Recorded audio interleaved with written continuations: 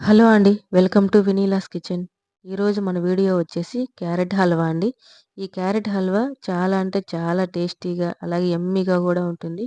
చేసుకోవడం కూడా చాలా ఈజీ అండి. ఈ క్యారెట్ అంటే ఇష్టపడని వాళ్ళకి ఈ విధంగా చేసి పెట్టండి. చాలా అంటే చాలా ఇష్టంగా తింటారు. మరి ఇప్పుడు మనం ఈ క్యారెట్ హల్వా ఏ విధంగా తయారు చేస్తారో చూద్దామా? ఇక్కడ నేను ఒక 4 క్యారెట్లను తీసుకొని శుభ్రంగా కడిగి వీడియోలో చూపిస్తున్న విధంగా కట్ చేసి తీసుకున్నానండి. ఇవి సుమారుగా ఒక పావు కేజీ అలాగా ఉంటాయి. ఈ విధంగా ఈ వేస్ట్ అంతటిని రిమూవ్ చేసుకోవాలి. రిమూవ్ చేసుకున్న తర్వాత దీన్ని పీలర్ సహాయంతో క్యారెట్ పైన ఉన్నటువంటి పీల్ అంతటిని రిమూవ్ చేసుకోవాలి.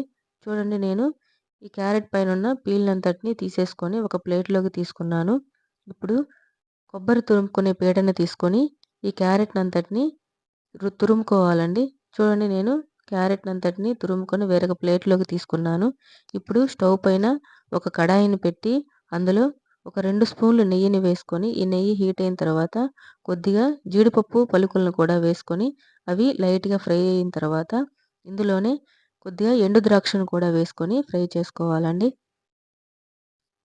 చూడండి, మనకి ఇక్కడ 2 కూడా వేగిపోయాయి. ఇప్పుడు వీటిని వేరొక గిన్నెలోకి తీసుకుందాము. ఇప్పుడు ఇదే కడాయిలోకి ముందుగా తురుముకున్న క్యారెట్ తురుమును కూడా వేసుకొని ఈ నెయ్యిలో పచ్చి వాసన పోయే విధంగా ఫ్రై చేసుకోవాలండి. మనం ఫ్లేమ్ని లో ఫ్లేమ్లో పెట్టుకొని ఫ్రై చేసుకోవాలి. లేదంటే మాడిపోద్ది అడుగు. మనకి క్యారెట్ హల్వా అనేది అంత టేస్ట్గా కూడా ఉండదు. నిదానంగా లో ఫ్లేమ్లో ఈ క్యారెట్ని అంతటిని పచ్చివాసన పోయే విధంగా ఫ్రై చేసుకున్న తర్వాత మూత పెట్టుకొని 1 నిమిషము ఈ తురుమును కుక్ చేసుకోవాలి.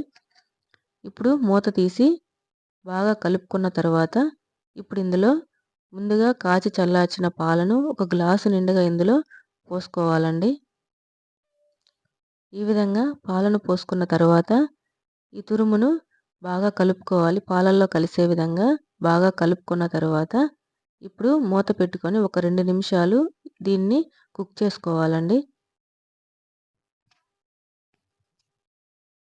ఇప్పుడు మూత తీసి దీనిని బాగా కలుపుకొని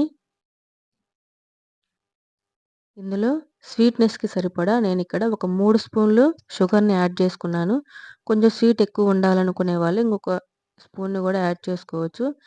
ఈ విధంగా బాగా కలుపుకున్న తర్వాత ఇందులోనే ఒక చిటికెడు సాల్ట్ కూడా వేసుకోవాలండి. ఈ సాల్ట్ వేయడం వల్ల మనకి చాలా టేస్టీగా ఉంటుంది క్యారెట్ హల్వా. ఇప్పుడు చూడండి, మనం వేసిన పాలన్నీ కూడా దగ్గర పడ్డాయి. అంటే హల్వా అనేది రెడీ అవ్వడం స్టార్ట్ అయింది. ఇప్పుడు ఇందులోనే ఇలాచీ పౌడర్‌ని అలాగే కొద్దిగా నెయ్యిని కూడా వేసుకొని బాగా కలుపుకున్న తర్వాత ఇందులోనే డ్రై ఫ్రూట్స్‌ని కూడా వేసుకొని బాగా కలుపుకోవాలండి. చూడండి, మనకి క్యారెట్ హల్వా అనేది రెడీ అయింది. ఇప్పుడు స్టవ్ కట్టేసి ఈ కడాయిని తీసి పక్కన పెట్టుకుందాము.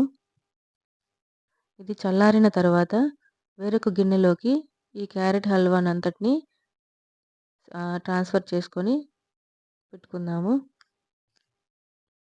అలాగే చివరగా డ్రై ఫ్రూట్స్‌తో గార్నిష్ చేసుకుందామండి. అంతేనండి, మనకి తినడానికి క్యారెట్ హల్వా అనేది రెడీ అయింది. ఈ వీడియో గనక మీకు నచ్చినట్లయితే లైక్ చేయండి. అలాగే మన ఛానల్‌ని సబ్స్క్రైబ్ చేసుకోవడం మర్చిపోకండి friends. Thank you for watching this video. Bye.